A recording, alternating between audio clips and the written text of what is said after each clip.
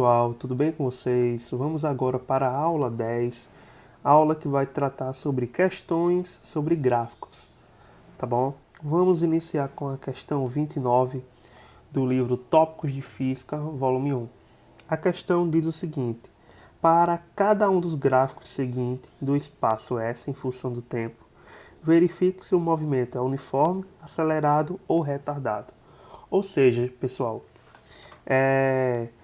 a questão já fala que a gente tem que analisar os gráficos para identificar se é um gráfico de um movimento uniforme, acelerado ou retardado. Beleza? Então, a partir dessa análise, a gente consegue identificar o tipo de movimento. E eu vou ensinar vocês como a gente identifica isso. Beleza? Então, vamos fazer gráfico por gráfico. O que eu indico a vocês é o seguinte: primeira coisa, sempre que cair esse tipo de questão para analisar o tipo de movimento, você pegue o eixo dos tempos, nesse caso o eixo dos tempos, e divida em 3 variações de tempo iguais. Tipo assim, vou chamar esse pedaço de delta T1, esse outro de delta T2 e esse outro de delta T3. Beleza? 3 variações de tempos iguais, delta T1, delta T2 e delta T3. E todos 3 são iguais, beleza? E o que a gente vai analisar? A gente vai ligar até a posição, né? E a gente vai analisar o seguinte: a gente vai analisar a variação da posição em cada um desses 3 tempos. Nesse delta T1, o quanto variou a posição? Ou seja, se o gráfico fez isso, a posição saiu desse ponto e veio até esse ponto. Eu vou chamar esse tamanho de delta S1, que é a variação da posição, essa daqui, com relação ao meu delta T1. E no delta T2, no tempo delta T2, a variação da posição foi desse ponto até aqui. Ou seja, a posição variou essa quantidade aqui, que eu vou chamar de delta S2, que é equivalente a esse tamanho aqui, ó. Delta S2. E no delta T3. No delta T3 a posição saiu daqui e veio até aqui. Ou seja, variou apenas esse comprimento aqui, essa posição. Então vocês concordam comigo que em variações de posições iguais, de tempos iguais no caso, em delta T1, em delta T2, delta T3, a minha variação da posição está diminuindo. Ou seja, em intervalos de tempos iguais, eu estou tendo uma diminuição na variação da posição. Porque, nesse caso, o delta S1 é maior que o delta S2, né? E é maior que o delta S3, ou seja, com o passar do tempo, em variação de tempos iguais, eu estou diminuindo as minhas variações de posição. E que tipo de movimento é esse? Qual é o tipo de movimento em que a posição vai diminuindo com o tempo? É o movimento retardado. Então, a letra A, temos um movimento retardado, certo? Vamos para a letra B. A letra B agora é idêntica com a letra A. A gente escolhe 3 variações de posições iguais, delta T1, delta T2 e delta T3, tá bom? E da mesma forma analisa as variações de posição. Essa daqui vai ser a minha variação de posição delta S1, né? Esse comprimento é o delta S1. Vamos agora marcar de verde o meu comprimento com relação ao meu delta T2, vai ser o meu delta S2. Já dá para ver que aumentou, né, a variação da posição. E agora vamos para o nosso delta T3, que nesse caso a variação de posição vai ser essa, delta S3. Ou seja, já deu para ver que em variação de tempos iguais, a variação da posição está variando, está aumentando nesse caso. Na letra A a gente via que estava diminuindo. Na letra B a gente está vendo que delta S1 é menor que delta S2, delta S2 é maior que delta S1, né? E ΔS3 é maior que ΔS2. Ou seja, é um tipo de movimento em que a variação do espaço está aumentando com o tempo. Ou seja, isso quer dizer que o tipo de movimento é acelerado. Acelerado, certo?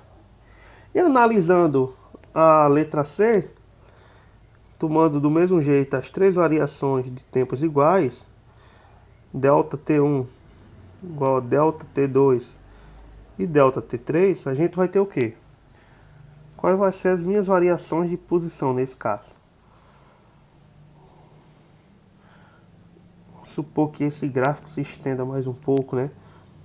Vou estender esse gráfico para poder terminar a questão. Então vamos lá analisar as variações de posição. Ou seja, no meu ΔT1, a minha posição variou essa quantidade aqui, ΔS1. No meu ΔT2, a minha posição variou essa quantidade aqui, ΔS2. E no meu ΔT3, a minha posição variou essa mesma quantidade aqui, ΔS3. Ou seja, já dá para ver o quê? Que em variação de tempos iguais, eu vou ter variações de posição igual, certo? Então, qual é o tipo de movimento em que em tempos iguais a posição varia uniformemente? É um movimento uniforme, tá? E essa questão, essa letra C, já dava para fazer com a aula anterior, porque a gente viu que no movimento uniforme, o gráfico da função horária da posição pelo tempo é uma equação do primeiro grau. E o que é uma equação do primeiro grau? É uma reta crescente ou uma reta decrescente. Então daí já dava para concluir que o movimento é uniforme, certo? Então, letra C, o nosso movimento é uniforme. Certo? Então essa é a primeira questão sobre gráficos. Vamos para a segunda. Essa segunda é uma questão muito importante, tá? Muito importante, principalmente para quem vai prestar o exame do Enem, tá? Então vamos lá. Considere os gráficos do espaço em função do tempo referentes ao movimento de duas partículas, A e B. As duas movem-se numa trajetória orientada. Letra A. Compare os espaços iniciais de A e de B. Vamos lá, letra A. Pede para a gente comparar os espaços iniciais. E o que é o espaço inicial de cada um desses móveis, desse gráfico? É exatamente onde ele inicia. Vou chamar esse de SB, que é o ponto S0B, né? Que é o ponto inicial de B. E esse de S0A, que é o ponto inicial de A. E dá para concluir que o ponto A está acima do ponto B. Ou seja, a posição inicial de A é maior que a posição inicial de B. Ou seja, o S0A é maior que o S0B. A posição inicial de A, o espaço inicial de A, é maior que o espaço inicial de B, certo? Vamos para a letra B, que é a mais importante. Compare as velocidades escalares de A e de B. Então, gente, vamos lá. Antes de eu fazer a questão, eu vou fazer uma revisão rápida de trigonometria. Então, uma revisão rápida de trigonometria. A trigonometria básica, que é a trigonometria no triângulo retângulo. Então vamos supor um triângulo retângulo. Para quem não sabe, um triângulo retângulo é aquele em que dos ângulos internos dele é de 90 graus e é representado por esse símbolo, tá? Então, para onde esse ângulo aponta, é esse tamanho que é o maior, se chama hipotenusa, tá? E os outros dois tamanhos se chama cateto. Eu vou abreviar, vou botar só cat, tá? Chama cateto. E vamos supor um ângulo interno desse triângulo. Vamos supor esse ângulo aqui, vou chamar de θ. A trigonometria define três funções: a seno, cosseno e a tangente. Existe mais, porém as básicas são essas três. E dá para a gente calcular essas três funções através desses tamanhos do triângulo retângulo, tá? Com relação a esse ângulo θ, a gente vai dar nome aos catetos. Para onde aponta θ? Aponta para cá. Então, aponta para esse tamanho, né? Então isso quer dizer o quê? Que esse é o cateto oposto ao ângulo, tá? E o cateto que é colado com o ângulo, que é esse, aí chamado de cateto adjacente, ou é abreviado dessa forma. Então, a gente define três funções trigonométricas. A primeira é a seno. Seno. Que eu vou representar assim, seno, sen de θ. A função seno ela é definida da seguinte forma. Cateto oposto, vou botar só CO, dividido por hipotenusa. Tá? Então essa é a minha primeira função trigonométrica. A segunda é a cosseno. A cosseno é definida da seguinte forma. Cos de θ. E ela é definida da seguinte forma. Cateto adjacente dividido pela hipotenusa. Tá? E a terceira função trigonométrica básica é a tangente de θ, que é o cateto adjacente, ou melhor, o cateto oposto, dividido pelo cateto adjacente. Beleza? Então, sabendo disso, dessas três funções trigonométricas, vamos agora para a nossa questão. Ao final dessa análise, vocês vão perceber responder essa letra B apenas olhando. Mas a gente é bom saber o porquê das coisas, tá? Então vamos supor o seguinte. Vamos supor primeiro, como a gente fez na letra A, uma variação de tempo igual ΔT, tá? ΔT. E vamos supor que esse ΔT vai nos levar ao quê? Vai nos levar a uma variação da posição para o gráfico B. Nesse caso é o meu ΔSB. E para o meu gráfico A, vai me levar ao quê? A uma variação de posição ΔSA. Certo? Esse tamanho aqui embaixo é o ΔT, né? Porque é o mesmo comprimento que esse. Também é ΔT. E aqui a gente formou dois triângulos retângulos, né? Aqui a gente formou dois triângulos retângulos. Eu vou reescrever esses dois triângulos aqui. Esse daqui. Aqui é ΔSA e aqui é ΔT. Vou chamar esse ângulo de alfa, tá? E vou escrever esse aqui. Aqui é ΔT, aqui é ΔSB. Vou chamar esse ângulo de θ, tá? Então vamos fazer o seguinte, gente. Vamos calcular a tangente desses triângulos retângulos que a gente formou. Nesse caso, a tangente de alfa. A tangente de alfa vai ser o quê? Vai ser o cateto oposto. Nesse caso, quem é o cateto oposto a alfa? ΔSA. Esse ΔSA. Dividido pelo cateto adjacente. Qual é o cateto que está colado com alfa? É o ΔT. Beleza? Então, vou deixar essa equação aqui. E para esse triângulo retângulo formado a partir do gráfico B. Quem é a tangente de θ? É o ângulo oposto a θ, né? Cateto oposto, que nesse caso é o nosso ΔSB, dividido pelo cateto adjacente, que é o cateto colado com o ângulo. Nesse caso é o ΔT. Então cheguei também nessa conclusão. Então, pensem comigo, pessoal, é o seguinte. Eu consegui chegar em duas fórmulas para tangente, tá?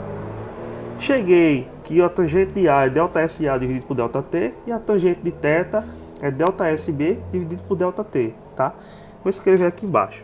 Tangente de alfa é ΔSA dividido por ΔT e a tangente de θ é ΔSB dividido por ΔT, beleza? Mas nesse caso, ΔSA dividido por ΔT é o quê? Alguém lembra da física? É exatamente a velocidade, né? Como é que se calcula a velocidade? ΔS, variação da posição dividido pela variação do tempo. Então o mesmo vale para essa de baixo. ΔSB dividido por ΔT é a velocidade do móvel definido por esse gráfico B, certo? E daqui a gente leva uma conclusão seguinte, que da geometria, quanto maior a inclinação, maior a tangente. O que é que a tangente faz? A tangente mede a inclinação da reta. A tangente, vou escrever isso aqui, tangente, ela mede a inclinação. Inclinação, ou seja, quanto maior a tangente, maior a inclinação. E nesse caso aqui, a gente vê o quê? Que esse tamanho ΔSA é maior que o nosso ΔSB, né? Então, olhando para essas duas equações aqui de baixo, se o meu ΔSA é maior que o meu ΔSB, isso quer dizer o quê? Quanto maior o numerador, maior vai ser o valor. Então, se o meu ΔSA é maior que o meu ΔSB, isso quer dizer que a minha tangente de alfa é maior que a minha tangente de θ, tá? Era só a gente ver o seguinte, que a tangente, a inclinação da reta, a sua tangente é igual à velocidade. Ou seja, quanto maior a inclinação da reta, maior a velocidade. Mas para eu provar esse meu argumento, eu precisei fazer tudo isso, tá? Para eu provar que esse meu argumento, que a tangente, que a inclinação é igual à velocidade, eu tive que fazer o uso da trigonometria. Então agora a gente consegue dizer o quê? Que a velocidade do corpo A é maior que a velocidade do corpo B. Por quê? Porque a reta A é mais inclinada do que a reta B. E a inclinação é igual à tangente. E a gente provou que a tangente da reta A é maior que a tangente da reta B, usando trigonometria. Então, letra B. Compara as velocidades. A gente comparou. A velocidade A é maior que a velocidade B, porque a reta A é mais inclinada, certo? E letra C. Em que sentido A e B se movem em relação à orientação da trajetória? Dá para perceber que a reta A e a reta B é uma reta crescente. E no movimento uniforme a gente viu que se a reta é crescente, isso quer dizer o quê? Que ela se move no sentido da trajetória. O movimento é progressivo.